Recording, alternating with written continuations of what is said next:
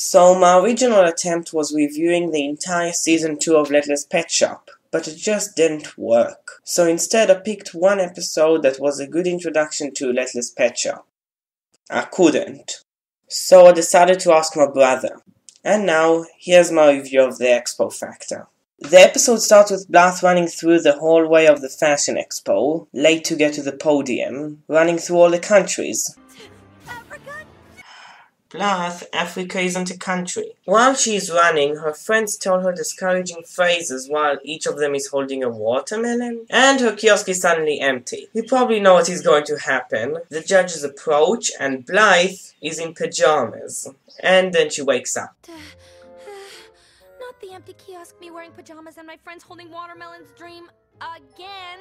Okay, slight art detail. In this episode's intro, there is a point where it is clearly missing Zoe. Don't know why they did it, and it's only in this two-parter for some reason. So Emma the tour guide and Blythe talk about the expo, and Blythe is anxious like always. Then Mona Autumn calls, and invites Blythe onto a photo shoot for the pets. Blythe tells the pets about the photo shoot and the pets are excited. Fortunately, I don't have to work it. You are most correct, Pennyling.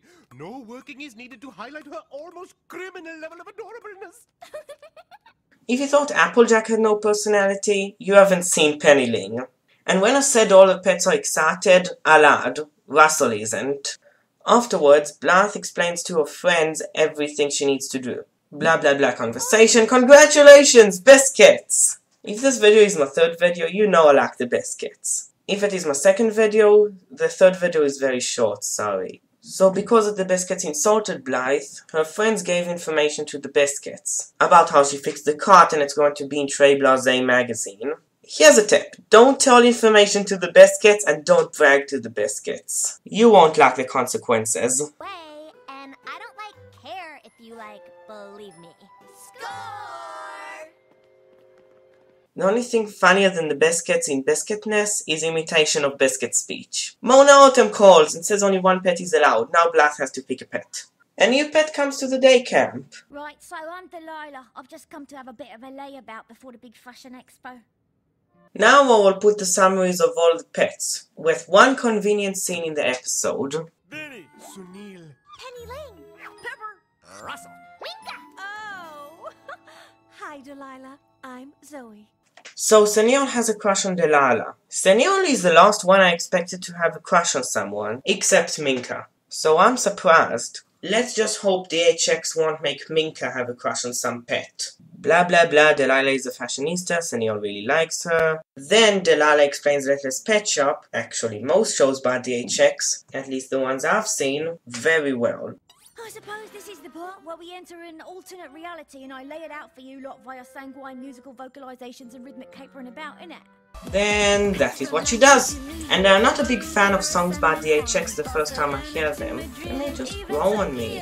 Now we go back to Blythe, and she's with Emma and Young Me, and they talk about the influence from the season 2 pet jet trips, which is only 3 countries, China, Brazil, and France. And also they talk about how the pets will be disappointed from not being in the photo shoot. It's not like you think the pets can understand what's going on, do you? Because that'd be crazy talk. Okay, I have a problem with the concept of Littlest Pet Shop. Why doesn't Blythe tell anyone about her ability to talk to pets? I understand that people might think that she's weird, but one problem with the theory, it isn't. Weird, I mean.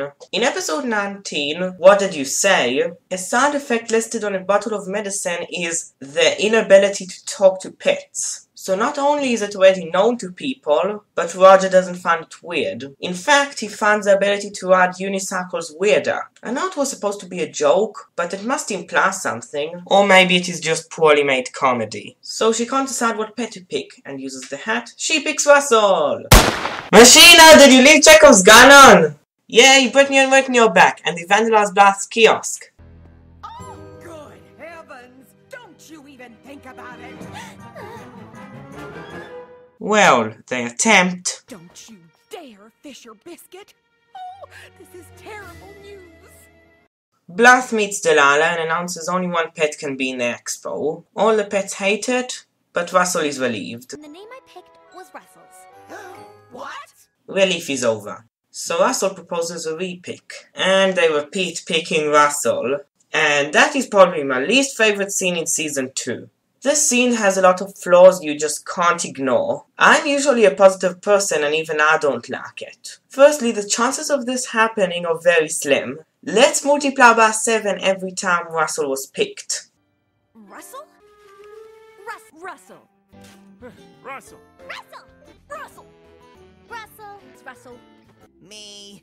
1 out of 282,475,249. I know that combination is as likely as any other combination, but if any other combination has been dealt, they would have stopped. And let's put this number in comparison. You have more chance of winning the lottery, and usually comparisons to the lottery are that you have less chance of winning the lottery. Secondly, if Russell didn't want to go to the photo shoot, just remove his name from the hat. Thirdly, they could have just removed the scene and the episode wouldn't have changed. Then I would have argued about why there wasn't a redraw, but repeating to pick Russell isn't the way of fixing it. I actually thought the only pet name Young Me knew was Russell, and she was too afraid of asking, but you can see all the names in a few scenes. So after a conversation hard to analyze with my technical non-abstract brain, I guess I can say Zoe's really annoyed of Blythe's decision and decides to help Russell, not out of generosity but out of annoyance. Wow, that was an awful explanation. Anywho, why was Mrs. Twombly so annoyed at her tablet? Because Fisher Biscuit reveals plans of building a new largest ever pet shop. So Mrs. Twombly decides to use Blythe as an advertiser, and that means put more stress on Blythe. So Blythe goes to the photo shoot and Russell fails completely. Twombly is there for some reason to remind Blythe about how Littlest Pet Shop is depending on her. And then Mona gets really angry, and then Russell ruins all the expensive equipment, using them as dominoes. Wow, that will be expensive to fix. I'm so sorry.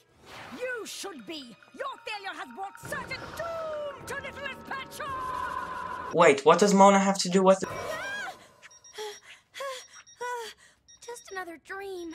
Forget what I said. The scene being a dream wasn't as expected as last time. Then she found out she woke up at 9 AM, and now she's late. Twombly loads the pets onto a scooter, an encouraging conversation for Russell, not so for Zoe. Blythe comes, and the trailer hitch she got in a previous episode. Continuity! Vanished. So they go to the pet shuttle, and there is an uninflated tire. Okay, one mistake makes sense. 2 mistakes also does. 3 mistakes is either classic DHX convenience or...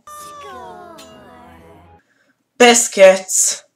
Wait, why do you need a wrench to uninflate a tire? Brittany should have held a nail or a tack or something. And the part ends.